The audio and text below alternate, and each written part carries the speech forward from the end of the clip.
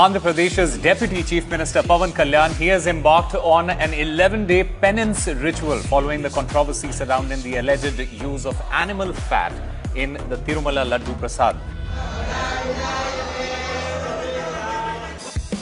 ఏ ధర్మం మీదైనా సరే ఇలాంటి అపవిత్రం ఒక చర్చి మీద జరిగిన ఒక మస్జిద్ మీద జరిగిన దేశం అల్లకల్లోలం చేసేస్తారు, ప్రపంచం అంతా మాట్లాడతారు, గ్లోబల్ న్యూస్ అయిపోతుంది. కానీ దేశంలో కోట్లాది మంది హిందువులు అపవిత్రమైతే, ఈ ప్రసాదం అపవిత్రమైతే ఒక్కరు కూడా మాట్లాడకూడదు.